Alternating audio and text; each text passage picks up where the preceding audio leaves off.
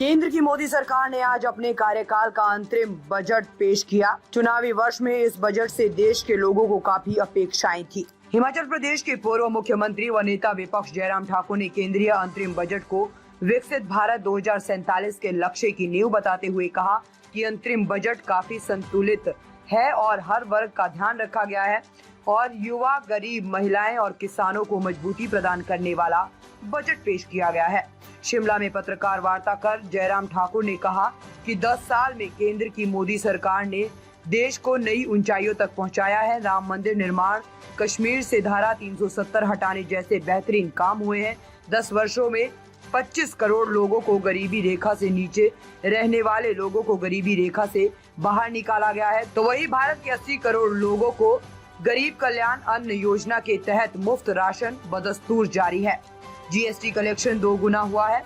तो वही 78 लाख लोगों को स्वनिधि के माध्यम से लाभ दिया गया है। स्वयं सहायता समूह को प्रोत्साहित करने के लिए 3 करोड़ दीदियां लखपति बनाने का लक्ष्य रखा गया है और 10 सालों में 30 करोड़ महिलाओं को मुद्रा लोन दिया गया है। हिमाचल प्रदेश में कांग्रेस पार्टी की सरकार का 1 साल से ज्यादा का कार्यकाल बीत गया है।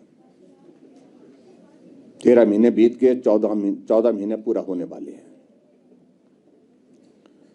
और प्रदेश की परिस्थिति किस प्रकार की बन गई है। कांग्रेस पार्टी की प्रदेश की अध्यक्षा मुख्यमंत्री से मिलती हैं, कार्यकर्ताओं का सम्मान नहीं हो पा रहा है, कार्यकर्ता हताश हैं, निराश हैं। सरकार कांग्रेस पार्टी की, लेकिन उसके बावजूद कार्यकर्ताओं का सम्मान नहीं, उनको स्थान नहीं। खुलेआम इस बात का जिक्र उन्होंने किया है।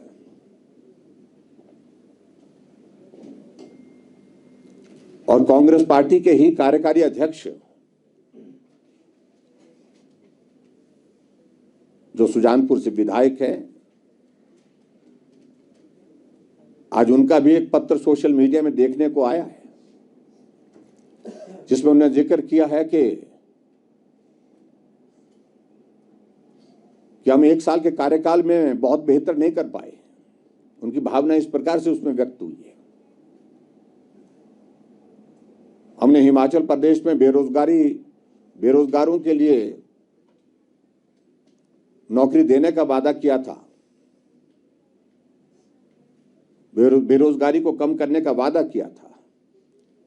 5 लाख नौकरियां 5 साल में, 1 लाख नौकरी 1 साल में। लेकिन ये 1 लाख नौकरी की बात तो दूर की रही, जो इंटरव्यू हुए पड़े हैं,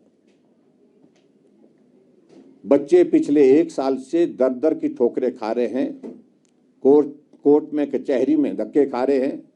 उनका हम अभी तक रिजल्ट निकालने में सफल नहीं हो पाए। और उन्होंने इस बात का जिक्र किया है कि नौजवानों में नाराजगी है, निराशा है और इसके अलावा और भी बहुत सारी चीजों का जिक्र किया है। अपने विधानसभा क्षेत्र में मुख्यमंत्री का प्रवास हुआ, प्रवास होने के दौरान उन्होंने बहुत सारी घोषणा की, लेकिन उनमें से एक भी घोषणा अभी तक पूरी नहीं हुई, वो भी जिक्र किया। आज की इस पत्रकार वार्ता में स्वागत है और मैं आप सबका स्वागत इसलिए और भी ज़्यादा करता हूं कि बड़ी हिम्मत करके पहुंचे आप लोग। और प्रदेश में बहुत दिनों से बर्फ़ की इंतज़ार थी, बारिश की इंतज़ार थी और उसमें आज बारिश होने से थोड़ा शिमला जैसे लगने लगा है।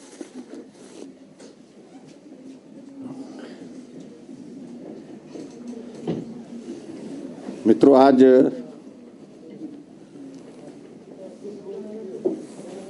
केंद्र सरकार का वोट ऑन अकाउंट यानी कि इंटरिम बजट प्रस्तुत किया गया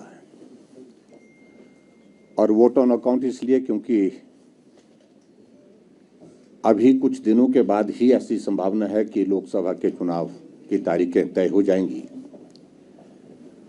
रेगुलर बजट, पूरा budget Bharatiya Janata party NDA सरकार का उसके पश्चात होगा।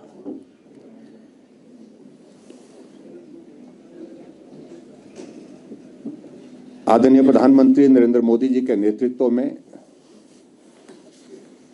केंद्र सरकार का 10 वर्ष का कार्यकाल पूरा होने जा रहा है। इन 10 वर्षों में जो पूरे होने जा रहे हैं आदरणीय प्रधानमंत्री नरेंद्र भाई मोदी जी के नेतृत्व में, गरीबी रेखा से नीचे रहने वाले 25 करोड़ लोगों को गरीबी रेखा से बाहर निकालने का कार्य सफलतापूर्वक किया गया। और जहां देश की आबादी लगभग 140 करोड़ की है, और निश्चित रूप से यह कठिन काम था। जो गरीब लोग हैं उनको गरीबी रेखा से ऊपर निकालना, बाहर निकालना, और स्वाभाविक रूप से जो गरीब कल्याण की योजना है उनका असर हुआ, उनका इम्पैक्ट रहा, और 25 करोड़ देशवासी जो गरीबी रेखा से नीचे थे उनको गरीबी रेखा से ऊपर लाने में सफलता हासिल की। और इस बात को भी हमको मान करके चलना पड़ेगा कि भारत के 80 करोड़ लोगों को मुफ्त अनाज की सुविधा प्रदान करना, यह भी एक बहुत बड़ा कार्य इस कालखंड में हुआ है।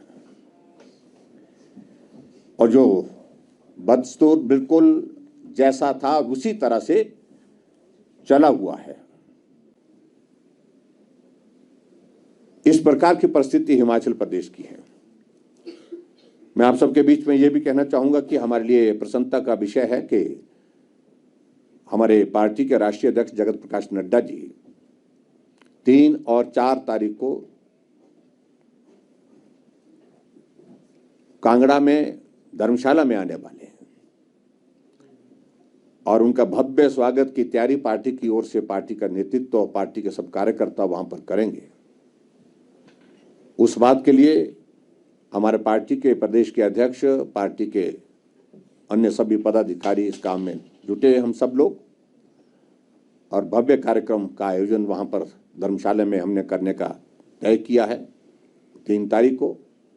और 4 तारीख को एक बहुत महत्वपूर्ण बैठक चुनाव की दृष्टि से भी रखी गई है। उस पर ताज़ा खबरों से जुड़े रहने के लिए हमारे चैनल को सब्सक्राइब करें और बेल आइकन को दबाना ना भूलें, ताकि हर खबर की नोटिफिकेशन आपको मिलती रहे।